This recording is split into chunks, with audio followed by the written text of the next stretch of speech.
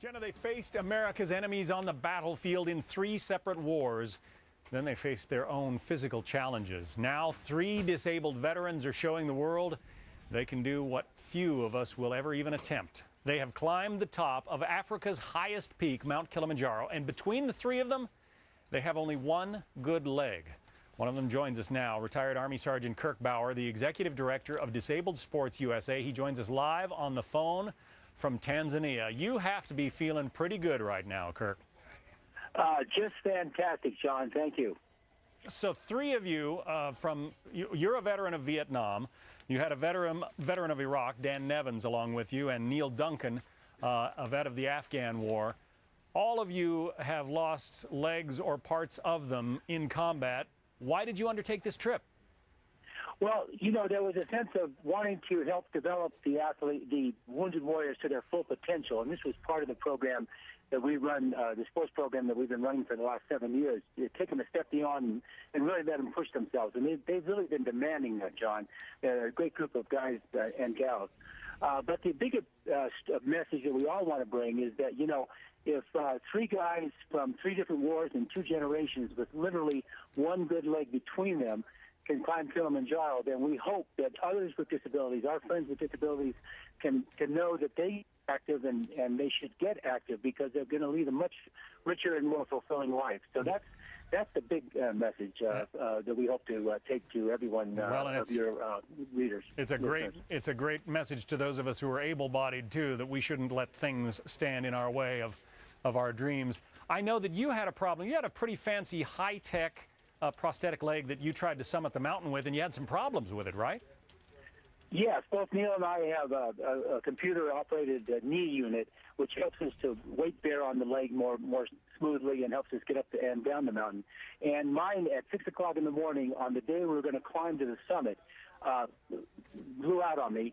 And so what happens is that the leg freezes up and it becomes like a peg leg. So I ended up, the last 3,500 feet of our ascent, I had to walk like peg leg Pete and to get up the mountain. I read one description that because of the way the leg wasn't working for you, it would sometimes, I guess, come off. I guess that was the replacement that you turned to. It would sometimes fall off, and you would basically spin around and look for a soft rock to fall on, huh? Well, actually, that was on the way down. After we got back to base camp and got the replacement leg, we had left it at our base camp at 15,000 to climb to 19,000. And so going up, I had the broken computer leg, put on the other leg. It wasn't fitting properly, and it kept coming off. But, you know, these are all like everyone has to deal with challenges in life, and we did the best adjustment we could and just kept going, and I had the greatest team in the world working with me, so it was a real honor to hike with these guys. You know, we've got viewers by the thousands who really want to support our soldiers, especially our disabled soldiers. What do you tell them? What can they do? Well, we have a sports program. It's www.dsusa.org.